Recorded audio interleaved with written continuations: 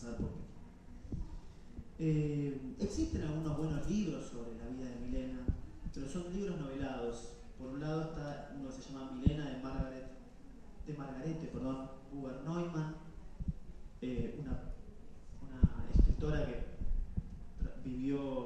pasó su vida en los campos de concentraciones soviéticos y nazis, respectivamente, y sobrevivió a ambos. O también hay en otras biografías noveladas de otras escritoras, como la argentina Ana Arzumañán, o este año se publicó otra novela de Mónica Zbustová, que es una escritora checo-española que ha recientemente publicado un libro que se llama Soy Milena de Praga, ¿no? En una búsqueda por reivindicar la figura de Milena. Bueno, obras como esta nos permiten salir de esta maleza, ¿no?, de entender a Milena como la amante de, y nos permiten avistar un poco mejor la dimensión de su persona.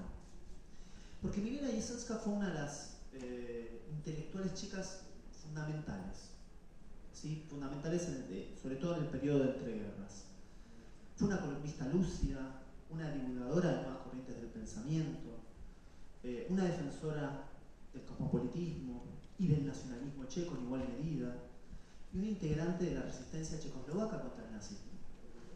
Justamente es el nazismo la que la llevó a la muerte, porque ella fallece en un campo de concentración en 1944. Pero ella nace en Praga hacia finales del siglo pasado, del siglo XIX, en el seno de una familia conservadora. El padre era un profesor de estomatología, Jan Jasinski, que era profundamente nacionalista y también profundamente antisemita, ¿no? Pero a pesar de ser muy conservador, Jasinski introduce a Milena en el Liceo Minerva de Praga. ¿Cuál es la importancia de este liceo? Que fue el primer liceo para mujeres de todo el Imperio Austrohúngaro. ¿Sí? Entonces, Milena comienza a formar parte de esas primeras camadas de mujeres formadas y educadas de Europa Central. Y es en este liceo donde Milena entra en contacto con la literatura. Ahí comienza a tener los encuentros con autores que le apasionan a lo largo de su vida, como Dostoyevsky, Hanson, Byron, o sea, Lord Byron o Oscar Wilde. Y si bien quiso contentar a su padre, ingresando a la carrera de medicina, rápidamente la abandona y se pone a hacer una vida que hoy llamaríamos una vida bohemia, ¿no? A navegar por los cafés distintos de la ciudad de Praga, encontrándose con los intelectuales. Pero se adentra Milena en estos cafés que están frecuentados sobre todo por judíos, por escritores judíos alemanes. Algo que para Milena era muy significativo, o sea, lo tomaba con mucho entusiasmo, no solo por este cosmopolitismo que mencioné, sino también por una forma de enfrentarse al padre, ¿no?, que era claramente antisemita. Y en estos cafés, justamente hay uno que destaca, un café que todavía sigue presente en Praga, que se llama el Café Arzo, que en verdad hoy en día está más bien es un restaurante más que un café, pero en este café se hizo amigo de Max Brod, de Franz Werfel y de Ernst Pollack. Aún no de Franz Kafka, si bien lo logró conocer una primera vez en ese lugar. Y esta es una de las características peculiares de Milena, pues si bien muchos intelectuales y escritores germanoparlantes vivieron en Praga y hoy son reconocidos como grandes escritores del siglo XX, el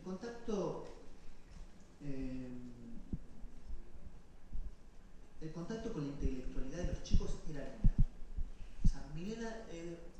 O sea, Milena Jesenská representa algo muy difícil de encontrar, que es unir dos mundos que coexisten en un mismo espacio pero no se cruzan, ¿sí?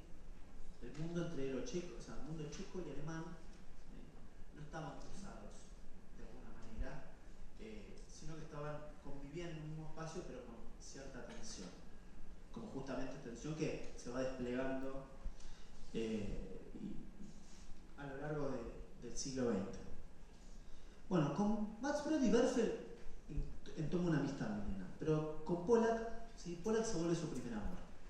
Pollack era un hombre mayor, bastante mayor a ella. Milena en estos tiempos tenía 17 años cuando lo conoce, y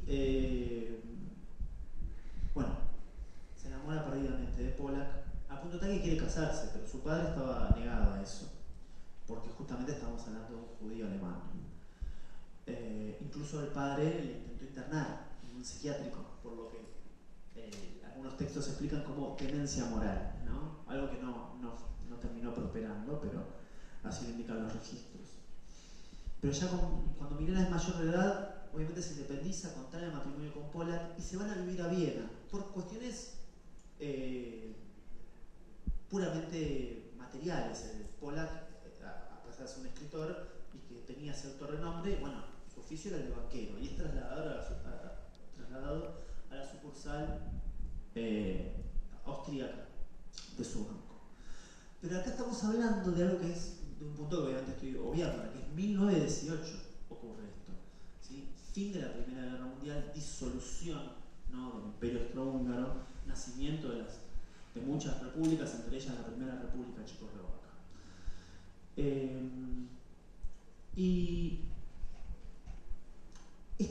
Entonces Milena se encuentra en una Austria totalmente diezmada, no social, económicamente, políticamente,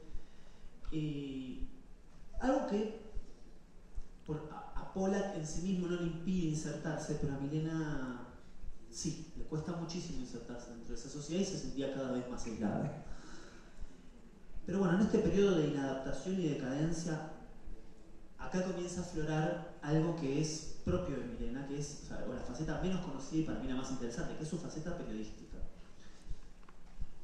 Y con el poco dinero que tiene, comienza a enviar columnas a los diarios de Praga, logrando que se publique una de ellas en el diario Tribuna, que es un diario liberal de este comienzo de la República Checoslovaca, que es un diario también que va a acuñar a algunos escritores importantes, algunos escritores checos importantes como Jaroslav Hašek. No sé si conocen la obra de Jaroslav Hašek, no conocen su nombre, pero escribió Las buenas aventuras del soldado Švejk, que es uno de los grandes monumentos de la literatura checa, que se los recomiendo fervientemente. Bueno, ahí está la primera columna de Milena, es muy curioso porque se titula Navidad en una ciudad hambrienta, ¿no? En esa, si bien puedo ahora citar un pequeño pasaje, ¿no? En esta columna lo que hace es describir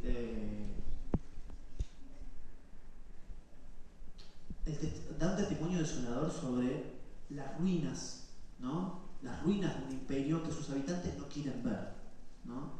Donde los habitantes saben que hay falta de sistema de calefacción, falta de comida, pero miren lo que dice Milena al respecto, la cito, dice: ni bien el vienés abre su boca, su lengua se ríe de él, hasta el punto que las injurias, las amenazas y los gritos de cólera salen con tanta alegría de sus labios que al fin y al cabo no puede tomárselo en serio.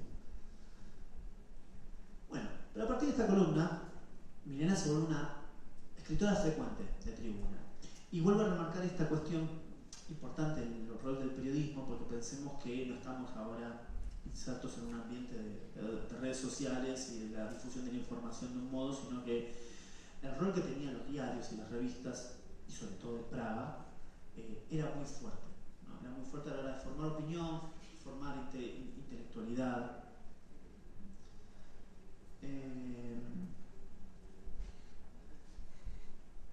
Pero bueno, como indico ahí, creo que se ve bien, ¿no? En 1920, ya nos ponemos ahí en la parte más interesante, es que Milena, bueno, comienza a tener una relación cada vez más tensa con Pollack, por diferentes motivos personales, ¿no? Por esta inadaptación a Viena, porque Pollack era una persona que mantenía una relación totalmente abierta, ella y Pollack, y bueno, Pollack básicamente se lo tomaba demasiado en serio ese oficio de tener una relación abierta.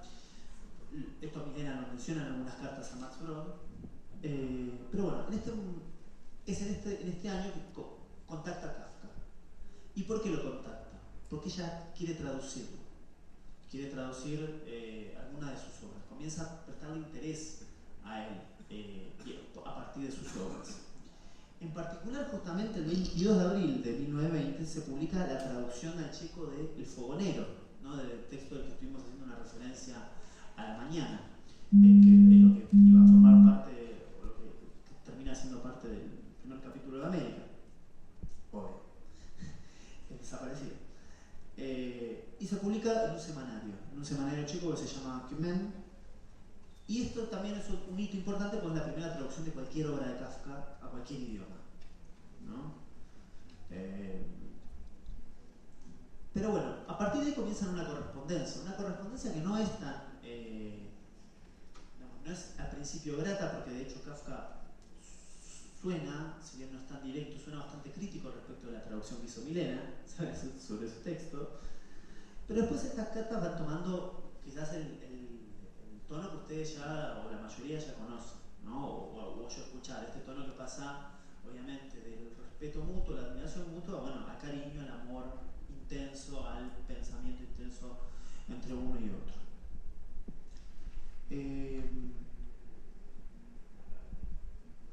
Y este vínculo y mutua admiración le otorga oxígeno a Milena, cuya relación conflictiva con Pollack y la sensación de exclusión le habían llevado a un intento de suicidio. Sin embargo,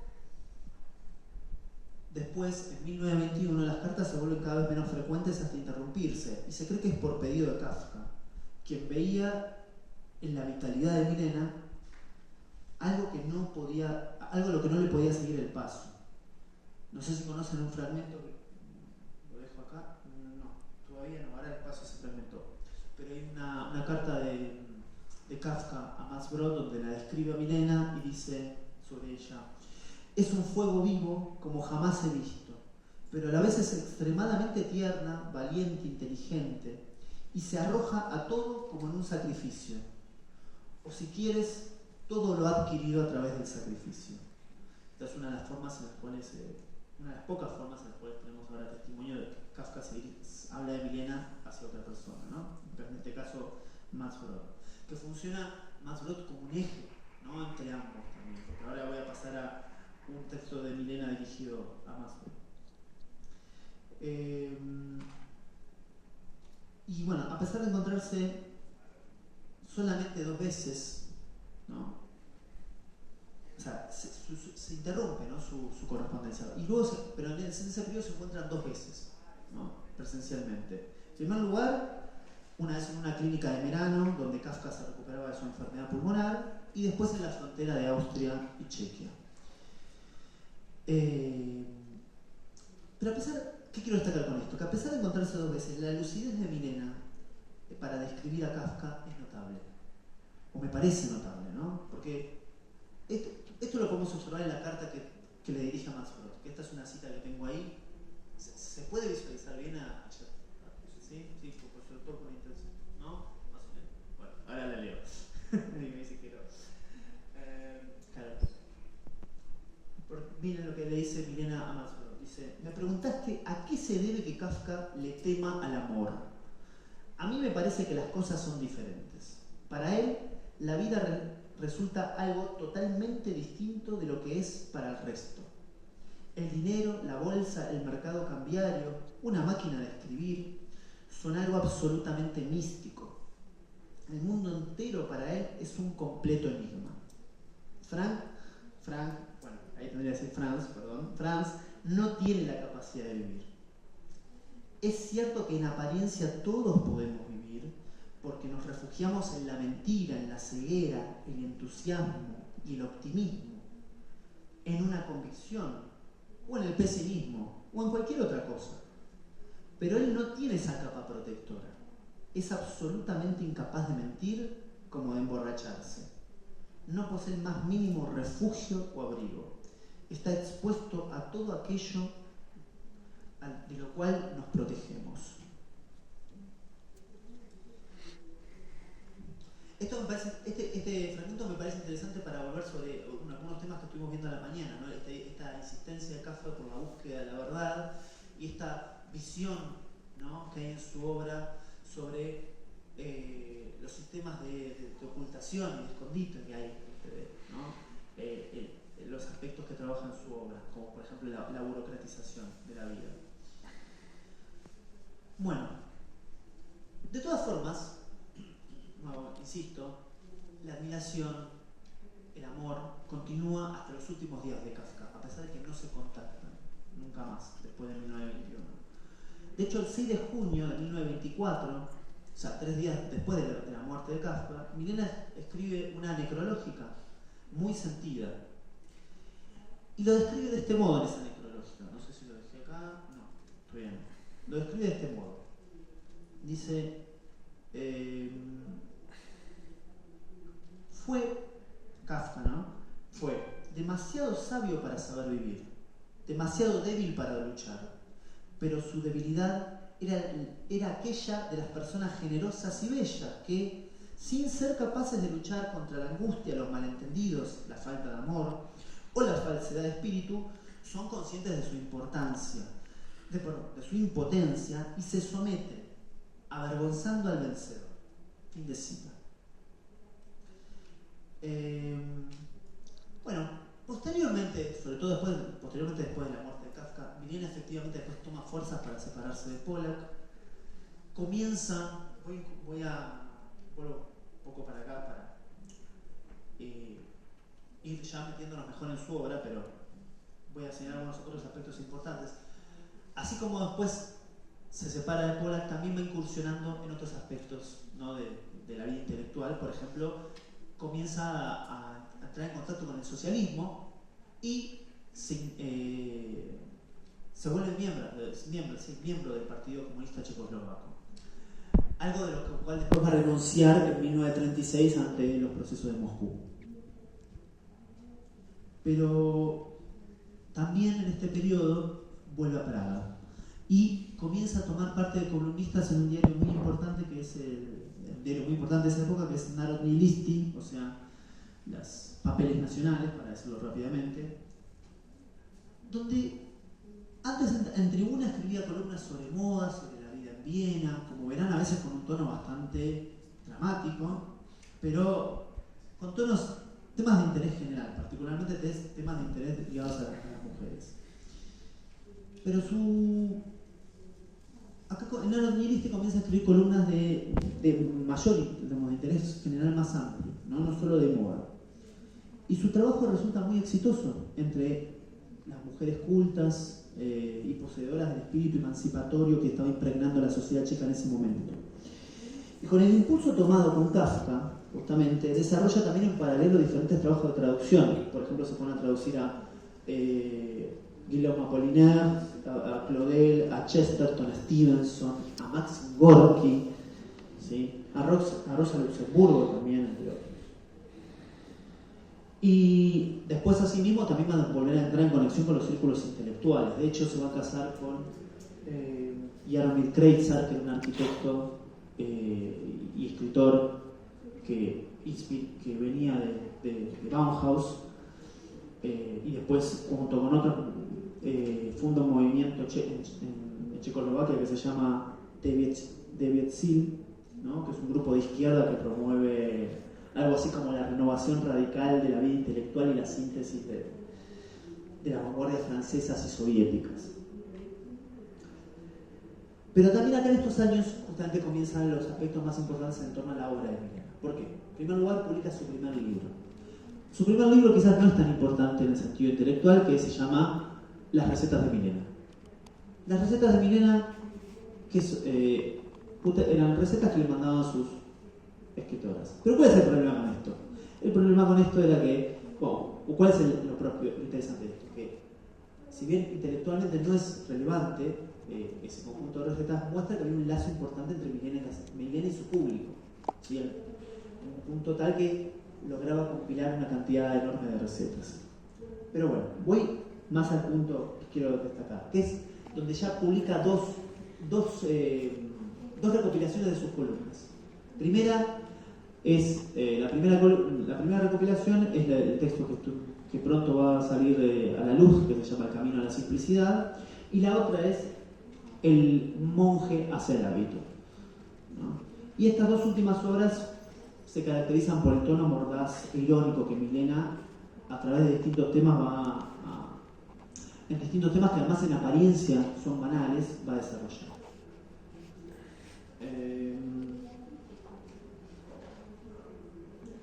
Bueno, podría pasar. Después podríamos seguir con algunas cuestiones biográficas, pero me parece que si no me voy a extender demasiado y creo que voy viendo. Pero prefiero que nosotros veamos los textos de Milena y cuál es el significado de eso. Miren, los artículos que publica Milena en sus compilaciones tratan de temas que en la superficie no parecen abordar cuestiones ideológicas profundas, ¿no? La búsqueda de la felicidad, la infidelidad amorosa, el rol de la moda. Pero estos artículos con temas, de vuelta, que podríamos tildar de banales, muestran la majestuosa faceta de Milena como escritora, porque allí emergen sus ideas más políticas y su visión más mordaz de la realidad. Les doy un ejemplo que pueden verse ahí, que es un texto llamado Perspectiva de la moda, que está traducido, justamente que pertenece a la obra El monje hace el hábito. Miren lo que dice este texto. Dice: el deber de ponerse bello es uno de los deberes humanos más cálidos y pertenece a todos sin excepción. Aunque existe una gran diferencia entre estar bien vestido y estar lujosamente vestido. Me parece culturalmente bárbaro tener más ropa de la absolutamente necesaria. Del mismo modo que me parece culturalmente bárbaro que las pocas prendas necesarias en el armario sean feas. Entonces, acá lo que hay, ¿no? Podemos observar un desprecio frente al exceso, ¿no? Pero sin dejar de establecer cierta postura estética. Esto es algo propio también de este movimiento que mencioné antes, el movimiento Tibet-Sil. Pero en la obra de Milena, a través de la ironía, del relato de pequeñas situaciones sociales, del cuestionamiento de las tradiciones, hay una exhortación constante a la búsqueda de lo simple, donde esto simple no corresponde a lo apacible, a lo cauto, sino todo lo contrario. La búsqueda de la simplicidad, ¿no?, en relación al título de la compilación, coincide con esa idea del fuego vivo con la que la describe Kafka. Porque frente al compuesto ideal de la felicidad, que incluso busca justificar acciones como el matrimonio, como estuvimos viendo ahí en el epígrafe, Milena reclama lo simple de la alegría que exige una constante desaprensión de cualquier tipo de completud. Justamente miren este texto que se llama Alegría por 10 coronas, ¿no? Dice: ¿han intentado alguna vez sentarse en una cafetería vacía en los suburbios por la mañana, beber limonada y hojear revistas ilustradas? Las publicaciones ilustradas y las gruesas revistas son de lo más lindo que conozco. Mujeres hermosas, vestidos, cebras rayadas, trenes corriendo como el viento, carritos de fruta en las calles de Chicago, el auto del señor X, que nunca conocerás, el gato del actor del cual habrás oído hablar, una habitación con muebles modernos, con cortinas blancas, un jarrón con un ramo de flores, algún que otro castillo. Pasamos las páginas y pensamos en el mundo. Nos escapamos de la habitación al mundo durante un instante. Volvemos a casa enriquecidos. Y si no sabemos que los deseos no cumplidos resultan tan alegres como los cumplidos, no hemos entendido nada sobre el deseo ni sobre la felicidad. La simplicidad que Milena ensaya en estas columnas es la de un rechazo a cualquier ornamento o imposición moral que a sus ojos atentan con el ritmo propio de la existencia, y en particular con la existencia de la mujer, que es el interlocutor privilegiado, aunque no el único, de sus textos. Muchos de sus textos giran en torno a la emancipación de la mujer, aunque esta no es considerada únicamente desde el plano respecto al derecho a participar en la esfera pública, ni a participar en la esfera pública ni a participar en la esfera productiva, sino también a la particularidad de su propia condición vital. Para decirlo brevemente, maternar, por ejemplo, para Milena, separa cualitativamente a la mujer del varón, porque se trata de un rol constitutivo de toda sociedad. O sea, esto es lo que hoy llamamos economía del cuidado, o sea, dar cuenta del rol que tiene la mujer dentro del sistema económico y de las tareas de cuidado del sistema económico. Justamente en esta clase de consideraciones son las que hacen discutir a Milena con las tendencias contemporáneas que identifican la feminidad con el deber de la belleza. Por ejemplo, en otro texto que pueden ver acá, dice, que se llama Un objeto decorativo, ¿no? Que es en respuesta justamente a otra columna, Milena dice: en días en que nos resistimos desesperadamente a que las jóvenes se vuelvan criaturas inútiles e independientes, en la época del desarrollo deportivo y la higiene corporal, en la que esperamos educar a mujeres buenas y bellas, a buenas madres, comprensivas y trabajadoras, en esa época les decimos a las niñas: no te olvides que estás en el mundo para ser un adorno y que tu obligación es maquillarte. ¿No? Esta es toda una columna dedicada irónicamente al acto, ¿sí?, del embellecimiento como manda. A través de los textos, voy tratando de a través de estos textos que Milena escribe en una época muy difícil en lo personal, no solo encontramos el testimonio de una época convulsa de Europa Central, sino también una visión personal que observaba lo imperfecto como el único camino individual y social posible, pues en lo perfecto y lo correcto se enmascara el rechazo a la alteridad y, en última instancia, si me permiten, ya podemos indagar sobre eso, al totalitarismo, al cual Milena se opuso, como dije anteriormente. En un texto donde con claridad habla de Kafka, titulado La maldición de las cualidades excelentes, Milena habla de una suerte de terrorismo de la perfección que inunda la sociedad, en una clara referencia al sistema monstruoso que sobrepasa el entendimiento, como le ocurre a muchos protagonistas kafkianos, ya sea por circunstancias externas, como no saber de qué se lo juzga, o internas, como la culpa por algo que les hicieron. Miren lo que dice acá en este texto, que justamente está dedicado a Kafka, prácticamente. O sea, hay una anécdota además después en el resto del texto que refiere directamente a algo que le contó Kafka, pero miren lo que dice. Dice: las personas correctas suelen tener un complicado aparato psíquico para atormentar a los demás. Se sienten casi felices cuando pueden demostrar que están en lo cierto. Y lo demuestran mejor con la incorrección de otras personas. Por ejemplo, un funcionario perfecto es la persona más inflexible del mundo. Llegamos corriendo a la estación en el último momento, quizás porque nos hemos estado despidiendo de alguien durante un tiempo prolongado y no pautado, y queremos que se lleve nuestro equipaje. Sin embargo, ¿dónde está escrito que hay que poner el nombre y la dirección con tinta en la etiqueta del equipaje? No es posible, nos dice, y va a buscar tinta. Cuanto más nos enojamos, más difícil será. Me parece que hay gente perfecta sentada en los correos, las estaciones de tren y las oficinas. Lo opuesto a esto, ¿sí? Estaba terminando, justamente. Bueno, quiero cerrar con esta última idea, ¿no? Porque lo opuesto a esto, a esta descripción que hace Milena, ¿no?, de este sistema atrapado en la perfección, ¿no?, como es esta idea de un mundo que está totalmente regulado por reglas trascendentes que no podemos romper, que se imponen sobre los individuos, aún sin fundamento, ¿no? Lo opuesto a esto, o sea, lo imperfecto, era de hecho lo que Milena observó en el propio Kafka, como quizás lo observó en nadie más. Milena de algún modo sospecha que los personajes kafkianos no son sino aquellos individuos que, como el propio Kafka, advirtieron la falsedad de ese abrigo para enfrentar la vida, ¿sí?, abrazando la imperfección, ¿sí?, en su máximo sentido.